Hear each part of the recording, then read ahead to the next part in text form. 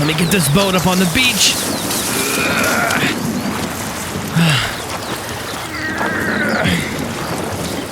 Alright, one more. Let's get there. Sit down. Gosh.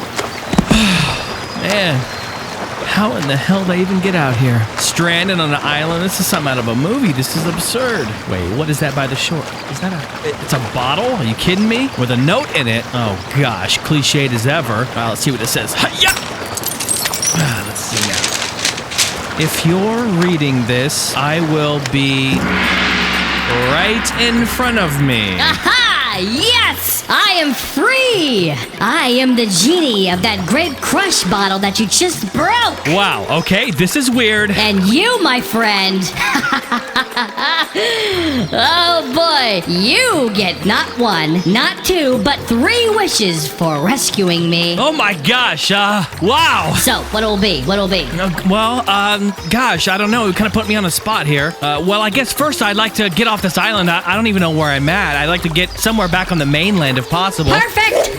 Done! What next? I guess I'd like the world peace. That would be nice. Oh, perfect! Done! All right, your last wish. What shall it be? I know. I would like 3 more wishes. Huh? You little twerp, I knew you'd say that. You know the rules. No, I don't actually. I didn't even know you were real before I broke this bottle, so... Well, you can't do that. Well, okay. You can't do that. It doesn't work that way. Whatever. Pick something. I've got it. When I get back to my Nintendo, I want a device that will allow me to do any cheat I want. I want invincibility, unlimited lives, unlimited ammo, anything. Can you do that? Okay, easy. Done. Thank you. Good luck with your life, hacker. And that, my friends, is how the Game Genie was born. Bullshit!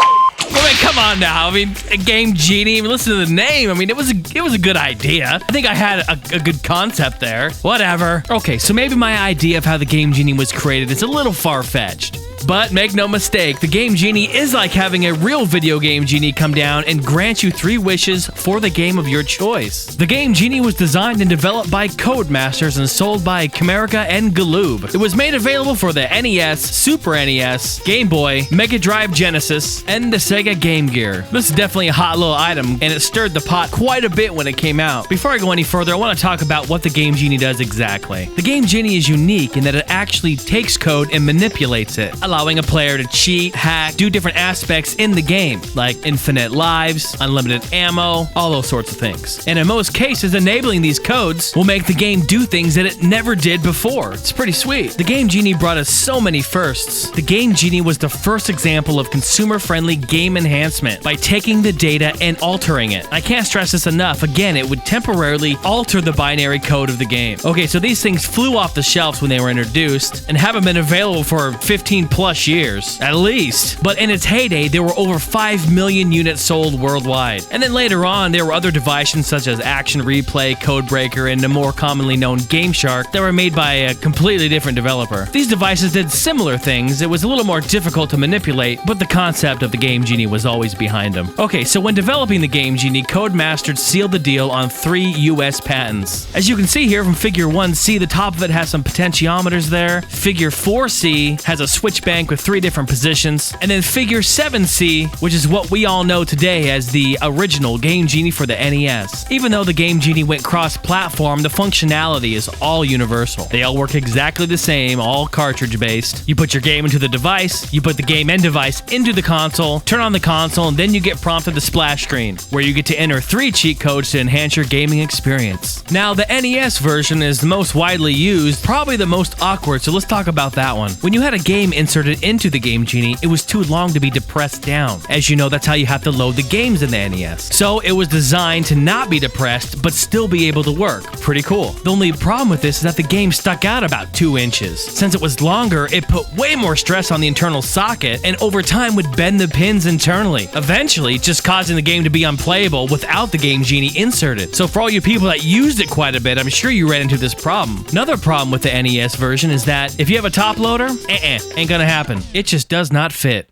That's what she said. Kablow. So to deal with all the complaints on that, they actually made a device that worked with it, but I think they were a day late and $1 short with it because, well, as soon as it came out, the demand wasn't there, and then they just unloaded them. And now if you can find one, oh geez, they're very, very expensive if you can get a hold of one. eBay's about the only place I know that you can find them. So if you have a Game Genie and a top loader, for the sake of mankind and the love of retro gaming, please don't try to force it in there. I'll have nightmares if you do that. Okay, so the Game Genie sold with a booklet, which was more like 100 or so page pamphlet containing all the codes. As time went on, people would experiment and find new codes. After they found the codes, they would actually write into Codemasters. That's right, they would snail mail that thing into them, and then they would update the booklets and send out new booklets. I mean, think of it now. You just hop online, type in Game Genie codes, and there's just ample amounts of sites that have all these codes. But back then, we didn't have that luxury. They'd also put codes in Game Pros and other publications at the time. I mean, you really had to put in some time to get these codes. Okay, now I want to run down just some quick tips on all the rest of these Game Genies. The Super NES version works as expected, except for the fact that it will not work with any game that has a modification chip, like, as I discussed before, Super FX, an SA1, an SDD1. So games like Star Fox, Stunt Race, Super Mario World 2, Yoshi's Island, games like that will not work. Now the Game Boy version is interesting because it was designed to work for the original Game Boy. Of course, since that time, the Game Boy Pocket and Game Boy Color came out, and it would fit, but it had to be bent a little bit in order to reach the contacts. Now I don't know about you, but that sounds very, very bad. And of course, when you bend, things causes more stress on the pins, and then some games didn't work.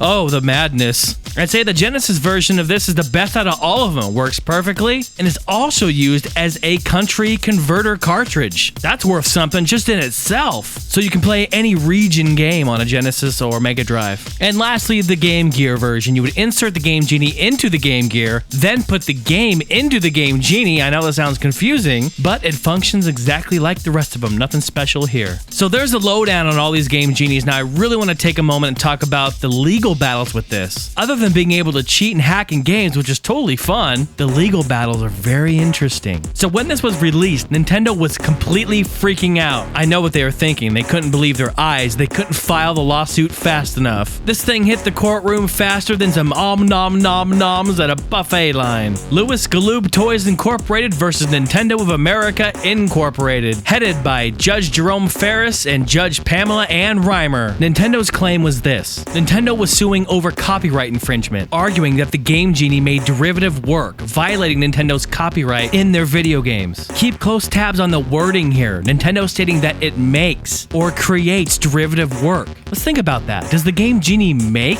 game code? Does it make derivative work? I don't think it does. I think it alters. I think it manipulates binary code. It doesn't create it. And unfortunately for Nintendo, that is exactly what the courts said. So the courts denied Nintendo's motion, stating that the Game Genie did not create derivative work, also suggesting that even if it did, it might as well be fair use. As the district court wrote, having paid Nintendo a fair return, the consumer may experiment with the product to create new variations of play for personal enjoyment without creating a derivative work.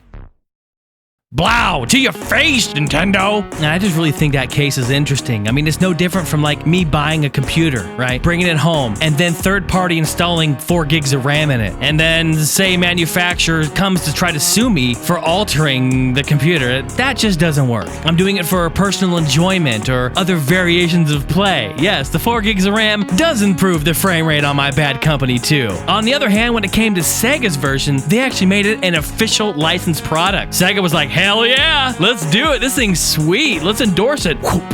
And they did. I actually think it's kind of funny too. Galoob approached Nintendo before they released it and asked them if they wanted to make it an official licensed product. Nintendo was like, absolutely not. Get that out of here.